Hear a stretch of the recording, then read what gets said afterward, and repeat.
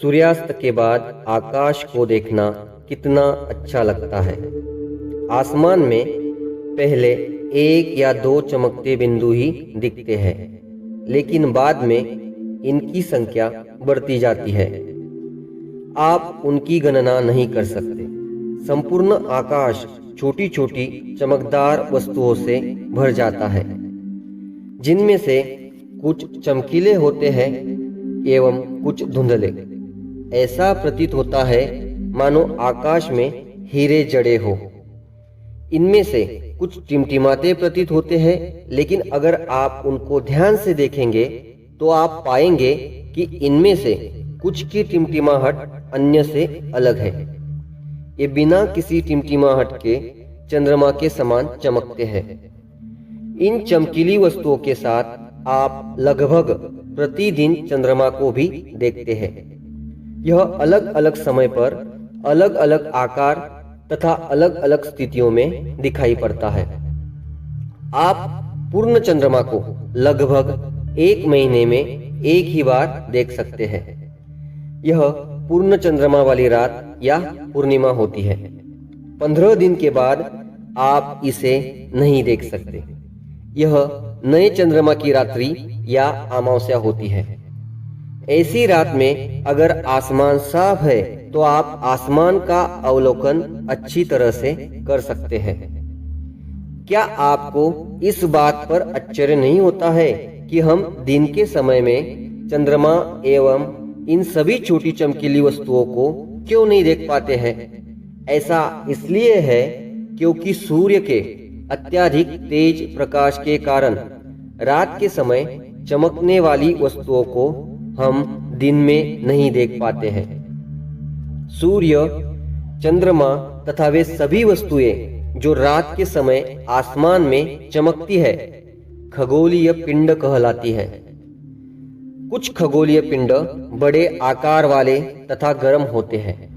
ये गैसों से बने होते हैं। इनके पास अपनी ऊष्मा तथा प्रकाश होता है, जिसे वे बहुत बड़ी मात्रा में उत्सर्जित करते हैं। इन खगोलीय पिंडों को तारा कहते हैं। सूर्य भी एक तारा है। रात के समय चमकते हुए अगणित तारे सूर्य के समान ही हैं, लेकिन हमसे बहुत अधिक दूर होने के कारण हम लोग उनकी ऊष्मा या प्रकाश को महसूस नहीं करते हैं तथा वे अत्यंत छोटे दिखाई पड़ते हैं। आपने अवश्य ध्यान दिया होगा कि कुछ दूरी से देखने पर सभी वस्तुएं छोटी दिखाई पड़ती है। अत्यधिक ऊंचाई पर उड़ रहा हवाई जहाज भी कितना छोटा दिखाई देता है। रात्रि में आसमान की ओर देखते समय आप तारों की विभिन्न समूहों द्वारा बनाई गई विविध आकृतियों को देख सकते हैं। ये नक्षत्र मंडल कहलाते हैं। अर्सा मेजर या बिग बियर इसी प्रकार का एक नक्षत्र मंडल है। बहुत आसानी से पहचान में आने वाला नक्षत्र मंडल सप्तऋषि है। यह 7 तारों का समूह है, जो कि नक्षत्र मंडल अर्सा मेजर का भाग है। प्राचीन समय में लोग रात्रि में दिशा का निर्धारण तारों की सहायता से करते थे। उत्तरी तारा उत्तर दिशा को बताता है। इसे ध्रुव तारा भी कहा जाता है। यह आसमान में हमेशा एक ही स्थान पर रहता है। हम सप्तऋषि की सहायता से ध्रुव तारे की स्थिति को जान सकते हैं। चित्र 1.1 में आप देखेंगे कि यदि सप्तऋषि मंडल के संकेतक तारों को आपस में मिलाते हुए एक काल्पनिक रेखा खींची जाए एवं उसे आगे की ओर बढ़ाया जाए तो यह ध्रुव तारे की ओर इंगित करेगी। कुछ खगोलीय पिंडों में अपना प्रकाश एवं ऊष्मा नहीं होती है। वे तारों के प्रकाश से प्रकाशित होते हैं। ऐसे पिंड ग्रह कहलाते हैं। ग्रह, जिसे अंग्रेजी में प्लैनेट कहते हैं, ग्रीक भाषा के प्लैनेटाई शब्द से बना है, जिसका अर्थ होता है परिभ्रमक, अर्थात चारों ओर घूमने वाले। पृथ्वी जिस पर हम रहते हैं एक ग्रह है। यह अपना संपूर्ण प्रकाश एवं ऊष्मा सूर्य से प्राप्त करती है, जो पृथ्वी के सबसे नजदीक का तारा है। पृथ्वी को बहुत अधिक दूरी से जैसे चंद्रमा से देखने पर यह चंद्रमा की तरह चमकती हुई प्रतीत होगी। आसमान में दिखने वाला चंद्रमा एक उपग्रह है। यह हमारी पृथ्वी का सहचर भी है तथा इसके चारों ओर चक्कर लगाता है। हमारी पृथ्वी के समान 7 अन्य ग्रह है जो सूर्य से प्रकाश एवं ऊष्मा प्राप्त करते हैं। उनमें से कुछ के पास अपने चंद्रमा भी है। सौरमंडल सूर्य 8 ग्रह, उपग्रह तथा कुछ अन्य खगोलीय पिंड जैसे क्षुद्र ग्रह एवं उल्का पिंड मिलकर सौरमंडल का निर्माण करते हैं। उसे हम सौर परिवार का नाम देते हैं, जिसका मुखिया सूर्य है। सूर्य सौरमंडल के केंद्र में स्थित है। यह बहुत बड़ा है एवं अत्यधिक गर्म गैसों से बना है। इसका खिंचाव बल इससे सौरमंडल को बांधे रखता है। सूर्य सौरमंडल के लिए प्रकाश एवं ऊष्मा का एकमात्र स्रोत है, लेकिन हम इसकी अत्यधिक तेज ऊष्मा को महसूस नहीं करते हैं, क्योंकि सबसे नजदीक का तारा होने के बावजूद भी यह हमसे बहुत दूर है। सूर्य पृथ्वी से लगभग 15 करोड़ किलोमीटर दूर है। ग्रह हमारे सौरमंडल में 8 ग्रह है। सूर्य से दूरी के अनुसार वे हैं बुध, शुक्र, पृथ्वी, मंगल, बृहस्पति, शनि, यूरेनस तथा नेपच्यून। सौरमंडल के सभी 8 ग्रह एक निश्चित पथ पर सूर्य का चक्कर लगाते हैं। ये रास्ते दीर्घ वृत्ताकार में फैले हुए हैं। ये कक्षा कहलाते हैं। बुध सूर्य के सबसे नजदीक है। अपनी कक्षा में सूर्य के चारों ओर एक चक्कर लगाने में इसे केवल 88 दिन लगते हैं। शुक्र को पृथ्वी का जुड़वा ग्रह माना जाता है, क्योंकि इसका आकार एवं आकृति लगभग पृथ्वी के ही समान है। अभी तक प्लूटो भी एक ग्रह माना जाता था, परंतु अंतर्राष्ट्रीय खगोलीय संगठन ने अगस्त 2006 में ली बैठक में यह निर्णय लिया कि कुछ समय पहले खोजे गए अन्य खगोलीय पिंड जैसे कि साइरस तथा प्लूटो बौने ग्रह कहे जा सकते हैं। पृथ्वी सूर्य से दूरी के हिसाब से पृथ्वी तीसरा ग्रह है। आकार में यह 5वां सबसे बड़ा ग्रह है। यह ध्रुवों के पास थोड़ी चपटी है। यही कारण है कि इसके आकार को भू आभा कहा जाता है। भू आभा का अर्थ है पृथ्वी के समान आकार। इस आकार को अंग्रेजी में जियोइड कहा जाता है। जीवन के लिए अनुकूल परिस्थितियां संभवतः केवल पृथ्वी पर ही पाई जाती है। पृथ्वी न तो अधिक गर्म है और न ही अधिक ठंडी। यहाँ पानी एवं वायु उपस्थित है, जो हमारे जीवन के लिए आवश्यक है। वायु में जीवन के लिए आवश्यक गैसेस है, जैसे कि ऑक्सीजन मौजूद है। इन्हीं कारणों से पृथ्वी सौरमंडल का सबसे अद्भुत ग्रह है। अंतरिक्ष से देखने पर पृथ्वी नीले रंग की दिखाई पड़ती है, क्योंकि इसकी 2/3 सतह पानी से ढकी हुई है। इसलिए इसे नीला ग्रह कहा जाता है। चंद्रमा हमारी पृथ्वी के पास केवल एक ही उपग्रह है, जिसका नाम है चंद्रमा। इसका व्यास पृथ्वी के व्यास का केवल 1/4 है। यह इतना बड़ा इसलिए प्रतीत होता है क्योंकि यह हमारे ग्रह से अन्य खगोलीय पिंडों की अपेक्षा नजदीक है। यह हमसे लगभग 3,84,400 किलोमीटर दूर है। अब आप पृथ्वी से सूर्य एवं चंद्रमा की दूरियों की तुलना कर सकते हैं।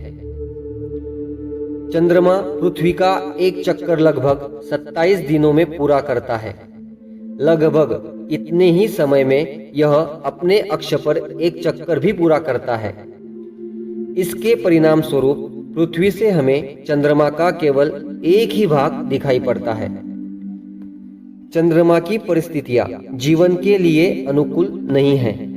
यहाँ न पानी है और न वायु। इसकी सतह पर पर्वत, मैदान एवं गड्ढे हैं जो चंद्रमा की सतह पर छाया बनाते हैं। पूर्णिमा के दिन चंद्रमा पर इनकी छाया को देखा जा सकता है। क्षुद्र ग्रह, तारों, ग्रहों एवं उपग्रहों के अतिरिक्त असंख्य छोटे पिंड भी सूर्य के चारों ओर चक्कर लगाते हैं। इन पिंडों को क्षुद्र ग्रह कहते हैं।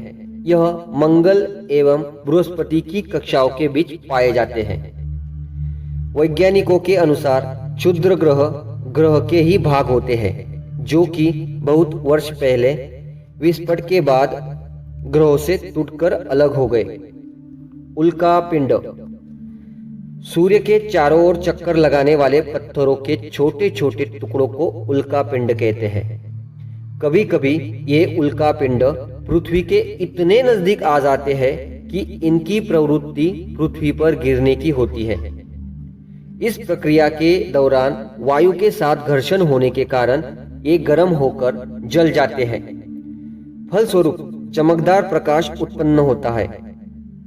कभी कभी कोई उल्का पूरी तरह जले बिना पृथ्वी पर गिरती है, जिससे धरातल पर गड्ढे बनते हैं। क्या आपने तारों वाले खुले आकाश में एक ओर से दूसरी ओर तक फैली चौड़ी सफेद पट्टी की तरह एक चमकदार रास्ते को देखा है? यह लाखों तारों का समूह है। यह पट्टी आकाशगंगा या मिल्की वे है। हमारा सौरमंडल इस आकाशगंगा का एक भाग है। प्राचीन भारत में इसकी कल्पना आकाश में प्रकाश की एक बहती नदी से की गई थी। इस प्रकार इसका नाम आकाशगंगा पड़ा था। आकाशगंगा करोड़ों तारों, बादलों तथा गैसों की एक प्रणाली है। इस प्रकार की लाखों आकाशगंगाएं मिलकर ब्रह्मांड का निर्माण करती है। ब्रह्मांड की विशालता की कल्पना करना अत्यधिक कठिन है। वैज्ञानिक अभी भी इसके बारे में अधिक से अधिक जानकारी एकत्र करने में जुटे हैं। इसके आकार के संबंध में हमें कोई जानकारी नहीं है, लेकिन फिर भी हम जानते हैं कि हम सभी इसी ब्रह्मांड का हिस्सा है। क्या आप ब्रह्मांड के साथ अपना संबंध बता सकते हैं? आप पृथ्वी पर हैं तथा पृथ्वी सौरमंडल का एक भाग है।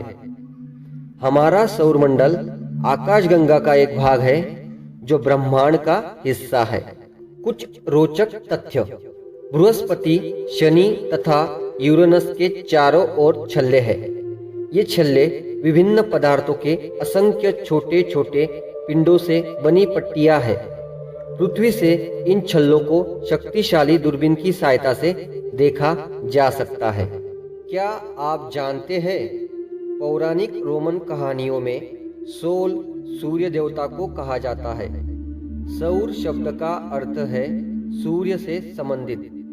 इसीलिए सूर्य के परिवार को सौरमंडल कहा जाता है। इसे अंग्रेजी में सोलर सिस्टम कहते हैं। सौर शब्द का उपयोग करते हुए और अधिक शब्दों को लिखें। शब्द की उत्पत्ति। ऐसे बहुत से शब्द जिनका उपयोग हम एक भाषा में करते हैं, अक्सर वे दूसरी भाषाओं से लिए गए शब्द हो सकते हैं। उदाहरण के लिए ज्योग्राफी एक अंग्रेजी शब्द है। यह ग्रीक भाषा से लिया गया शब्द है जिसका अर्थ है पृथ्वी का विवरण। यह दो ग्रीक शब्दों से मिलकर बना है जिनमें जीई शब्द का अर्थ है पृथ्वी एवं ग्राफिया का अर्थ है लिखना। आइए पृथ्वी के संबंध में और अधिक जानें। जियोलॉजी, इसका अर्थ होता है पृथ्वी का अध्ययन। जियोमेट्री, इसका अर्थ होता है पृथ्वी का मापन। और जियोइड, इसका अर्थ होता है पृथ्वी के समान आकार का। क्या आप जानते हैं, रात में आसमान को देखकर मनुष्य हमेशा से मोहित हुआ है। खगोलीय पिंडों एवं उनकी गति के संबंध में अध्ययन करने वालों को खगोल शास्त्री कहते हैं। आर्यभट्ट प्राचीन भारत के प्रसिद्ध खगोल शास्त्री थे। उन्होंने कहा था कि सभी ग्रह तथा चंद्रमा परावर्तित सूर्य प्रकाश के कारण चमकते हैं। आज विश्व के सभी भागों में खगोलविद ब्रह्मांड के रहस्यों को खोजने में लगे हैं। क्या आप जानते हैं, प्रकाश की गति लगभग 3 लाख किलोमीटर प्रति सेकंड होती है। इस गति के बावजूद सूर्य के प्रकाश को पृथ्वी तक पहुंचने में लगभग 8 मिनट का समय लगता है। रोचक तथ्य, नील आर्मस्ट्रॉन्ग पहले व्यक्ति थे जिन्होंने 21 जुलाई 1969 को सबसे पहले चंद्रमा की सतह पर कदम रखा। उपग्रह एक खगोलीय पिंड है जो ग्रहों के चारों ओर उसी प्रकार चक्कर लगाता है जिस प्रकार ग्रह सूर्य के चारों ओर चक्कर लगाते हैं। मानव निर्मित उपग्रह एक कृत्रिम पिंड है। यह भूवैज्ञानिकों के द्वारा बनाया गया है जिसका उपयोग ब्रह्मांड के बारे में जानकारी प्राप्त करने एवं पृथ्वी पर संचार माध्यम के लिए किया जाता है। इसे रॉकेट के द्वारा अंतरिक्ष में भेजा जाता है एवं पृथ्वी की कक्षा में स्थापित कर दिया जाता है। अंतरिक्ष में उपस्थित कुछ भारतीय उपग्रह: 1 इनसेट, 2 IRS, 3 एड्यूसेट इत्यादि।